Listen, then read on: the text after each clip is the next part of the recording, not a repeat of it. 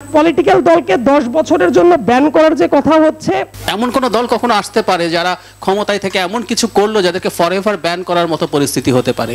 আমাদের ফ্যাসিস্ট বা নাজি পার্টিগুলোতে যেরকম হয়েছে সেই ধরনের পরিস্থিতিও হতে পারে।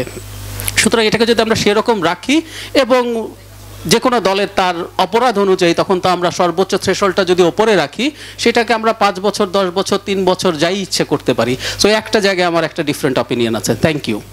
আর কোনো শাসক যদি যেন না ভাবে যে আমি এইভাবে করে গণহত্যা চালিয়ে আমি পার পাবো, সেইটার জন্য অ্যাকচুয়ালি জুলাই এবং আগস্টে যা হয়েছে তার অত্যন্ত কড়া শাস্তি হওয়া উচিত।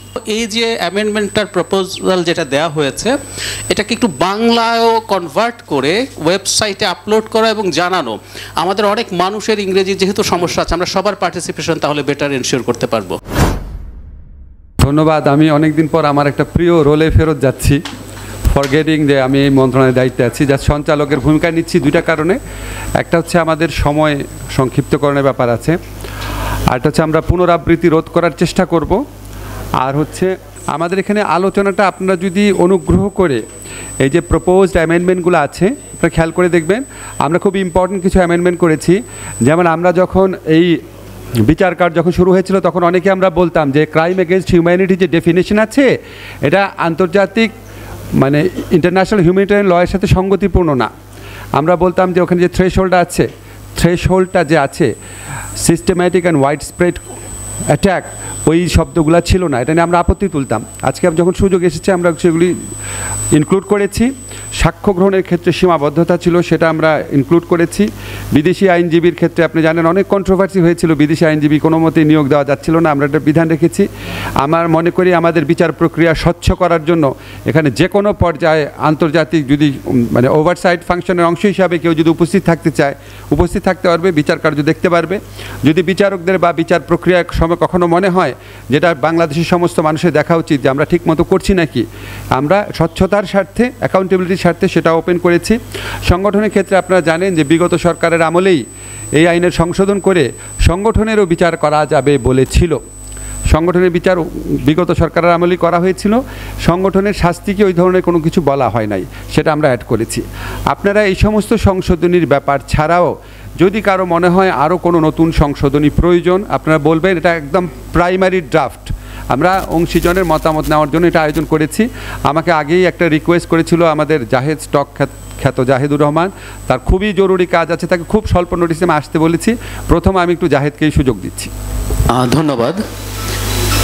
আমি খুব অল্প সময়ের মধ্যে অ্যামেন্ডমেন্টটা দেখেছিলাম এবং এখন পর্যন্ত আমাদের সামনে যেটা প্রেজেন্টেড হয়েছে সেটা আমি খুব রাইটলি মনে করি আমাদের এই আইনটাকে আরও স্ট্রেংথেন করবে।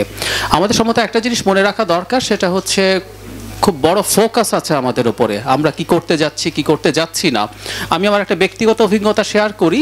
5 আগস্টের পর বেশ কিছু ইন্টারন্যাশনাল মিডিয়ার সাথে, কয়েকটা পত্রিকার সাথে আমার সাক্ষাৎকার হয়েছিল। তারা কিন্তু আমাকে রিপিটেডলি এই প্রশ্নটা জিজ্ঞেস করেছে যে এই যে ঘটনাগুলো ঘটলো সেটার বিচারের ব্যাপারে আমরা কি করছি, সেটা কী ধরনের স্ট্যান্ডার্ড মেনটেন করা হবে, সেটা স্ট্যান্ডার্ডটাকে আপগ্রেড করার জন্য কি করা হবে। এই প্রশ্নগুলো কিন্তু ইন্টারন্যাশনালি প্রচুর আছে। সুতরাং প্রাথমিকভাবে যে ডকুমেন্টটা এখানে প্রেজেন্টেড হয়েছে সেটা খুবই চমৎকার। এবং এখানে একটা জিনিস আমার কাছে খুব ইন্টারেস্টিং লেগেছে, সেটা হলো আমরা যখন ক্রাইম এগেনস্ট হিউম্যানিটি এবং জেনোসাইডের ডেফিনেশনের মধ্যে সিস্টেম্যাটিক যে বিভিন্ন রকম অপারেশনের কথা আছে, স্টেপসের কথা আছে, নির্যাতনের কথা আছে, সেটার মধ্যে পলিটিক্যাল পার্টির কথা উল্লেখ আছে।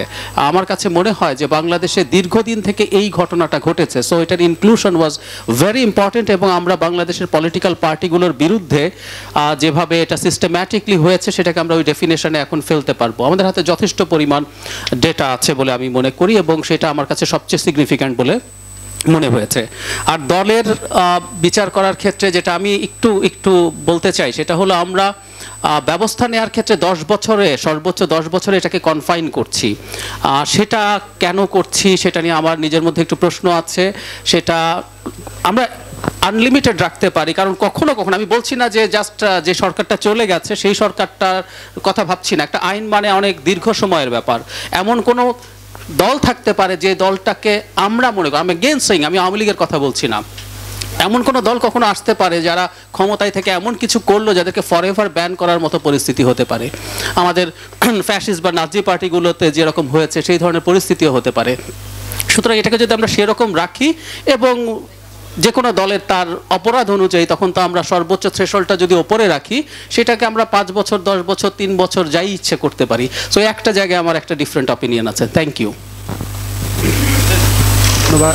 ধন্যবাদ। আমি সব কিছু নোট নিচ্ছি। আমাদের জিয়া হাসান আছে, আপনারা সবাই জানেন যারা ফেসবুকে অ্যাক্টিভ আছেন এবং আমাদের এই আন্দোলনে অত্যন্ত একনিষ্ঠ ভূমিকা রেখেছিলেন বিভিন্নভাবে। এখানে এসে অনেক রিফর্ম এজেন্ডা কাজ করেছেন। জিয়া হাসানকেও বোধহয় আজকে চলে যাচ্ছে উনি দেশে, জার্মানিতে। জিয়া হাসান, আপনি একটু তাড়াতাড়ি বলেন। ধন্যবাদ। সবার প্রথমে আমি আইন ও বিচার মন্ত্রণালয়কে ধন্যবাদ জানাই আমাকে অনুষ্ঠানে দাওয়াত দেওয়ার জন্যে। এই অনুষ্ঠানটার শুরুতেই যেটা দেখায় যে একটা স্বচ্ছতার চেষ্টা আছে। আমাদের এই আন্তর্জাতিক অপরাধ ট্রাইব্যুনাল যখন 2010-11-তে যুদ্ধাপরাধের বিচার করলো, তখন কিন্তু অনেক প্রশ্ন আসছে এবং এই প্রশ্নগুলোর কখনো উত্তর দেওয়া হয় নাই এবং প্রক্রিয়ার মধ্যে একটা অস্বচ্ছতা ছিল। কিন্তু আজকে যেভাবে সংবাদ সম্মেলন ডেকে এখানে আইন বিশেষজ্ঞ, সাংবাদিক, মানবাধিকার কর্মী সবার সামনে যে কি কি সংশোধন করা হচ্ছে সেইটা নিয়েও আলোচনা করা হচ্ছে, এইটা একটা প্রক্রিয়া যাতে বোঝা যাচ্ছে যে মন্ত্রণালয় আমাদের এই বিগত কয়েক মাসে যা হয়েছে এটার যে বিচার করবে এটা স্বচ্ছভাবে করবে। আমি সেটার জন্য ওনাদেরকে সাধুবাদ জানাই। দ্বিতীয়ত, বাংলাদেশে বিগত জুলাই এবং আগস্টে যা ঘটেছে এটা nothing less than a civil war. প্রায় 1000 মানুষ ন্যূনতম হত্যা করা হয়েছে। আমরা বাংলাদেশে এই সিন দেখব ভাবি নাই যে হেলিকপ্টার থেকে গুলি করে মানুষ মারা হচ্ছে, রাস্তার উপরে ছোট বাচ্চাদেরকে এলএমজি দিয়ে বা রাইফেল দিয়ে গুলি করা হচ্ছে। সো এই জিনিসটা যদি রিপিট যেন আর না হয়, আর কোনো শাসক যদি যেন না ভাবে যে আমি এইভাবে করে গণহত্যা চালিয়ে আমি পার পাবো, সেইটার জন্য অ্যাকচুয়ালি জুলাই এবং আগস্টে যা হয়েছে তার অত্যন্ত কড়া শাস্তি হওয়া উচিত। এবং আমি অত্যন্ত খুশি যে আজকে আন্তর্জাতিক অপরাধ ট্রাইব্যুনাল আইন এইটার সংস্কার, সংশোধন এবং ট্রান্সপারেন্সি তার মাধ্যমে যে যে বিচার প্রক্রিয়াটার সূচনা করা হয়েছে। এখানে উপদেষ্টা মহোদয় আসিফ নজরুল সাহেব যেটা বলেছেন যে এটা শুধুমাত্র একটা ড্রাফট, আপনারা চাইলেও আরও ওপিনিয়ন দিতে পারেন। সো এই স্বচ্ছতাটার মাধ্যমে আমরা যে প্রক্রিয়াটা শুরু করলাম তার মাধ্যমে আমি আশা করব, আমি আশাবাদ রাখব যে খুব দ্রুত যেন এই বিগত 2 মাসের যেই, আমি সিভিল ওয়ার টার্মসটা ইউজ করি, এই সিভিল ওয়ারে এই যে শত শত ছেলে মেয়েদেরকে মারা হয়েছে এটার জন্য বিচার হয়। ধন্যবাদ। আমি একটা সেকেন্ড সরি ভুলে গেছি, একটা জিনিস যোগ করতে চাই। সেটা হলো এই যে অ্যামেন্ডমেন্টটার প্রপোজাল যেটা দেওয়া হয়েছে, এটাকে একটু বাংলায়ও কনভার্ট করে ওয়েবসাইটে আপলোড করা এবং জানানো। আমাদের অনেক মানুষের ইংরেজি যেহেতু সমস্যা আছে, আমরা সবার পার্টিসিপেশন তাহলে বেটার এনশিওর করতে পারবো। Thank you. ধন্যবাদ। আসলে আমাদের দেশের মনস্তাত্ত্বিক দিকে যে পরিবর্তন হয়েছে তার সবচেয়ে বড় প্রমাণ হলো এই জাতীয় একটা ডিস্টিংগুইশড প্যানেলের ভেতরে আমাদের মতো তরুণদের ইনক্লুশন। কারণ বিগত দিনগুলোতে এই ধরনের কথা যদি হতো যে এই জাতীয় একটা প্যানেলে আমাদের মতো তরুণদের কথা শোনা হবে, সম্ভবত এটা ছিল অবিশ্বাস্য রকমের ঘটনা। সো মাননীয় সভাপতি সাহেবকে আমি ধন্যবাদ জানাচ্ছি আমাদের কথা বলবার সুযোগ করে দেওয়ার জন্য।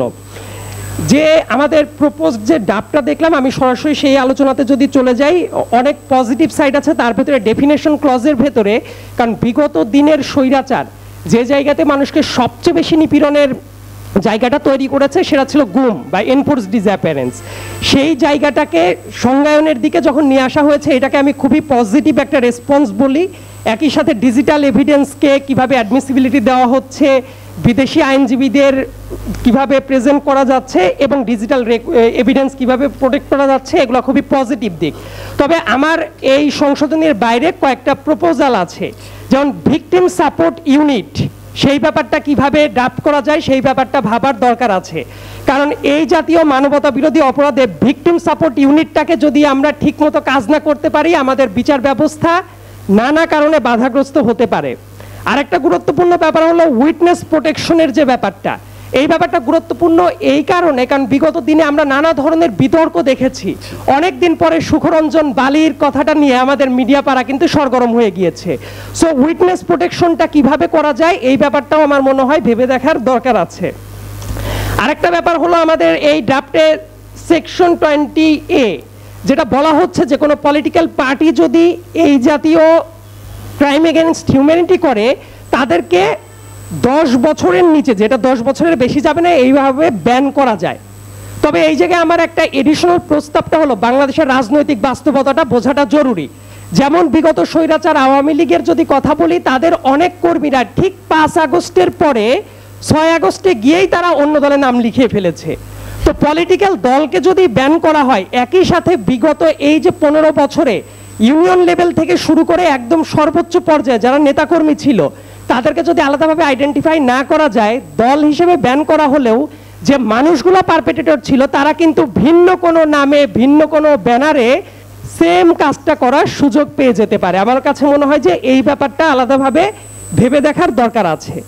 আর পলিটিক্যাল দলকে 10 বছরের জন্য ব্যান করার যে কথা হচ্ছে, আমার কাছে মনে হয় যে এইটা উন্মুক্ত রাখা যায় কিনা, যাতে করে যদি তার অপরাধের গ্র্যাভিটি অনুসারে আরো বড় যদি শাস্তি তারা ডিজার্ভ করে সেটা পেতে পারে কিনা। আর এডিশনাল একটা প্রস্তাব হলো ICCPR এর সেকেন্ড প্রোটোকল যেটা আছে মৃত্যুদণ্ড, তো আমরা সেই ব্যাপারটাকে বিবেচনা করতে পারছি কিনা। কারণ বাস্তবতা হলো যারা এই জাতীয় অপরাধ করেছে তাদের ভেতরে অনেকেই এবং শীর্ষ ব্যক্তি থেকে শুরু করে আরো অনেকেই ইতিমধ্যে দেশের বাইরে চলে গেছে।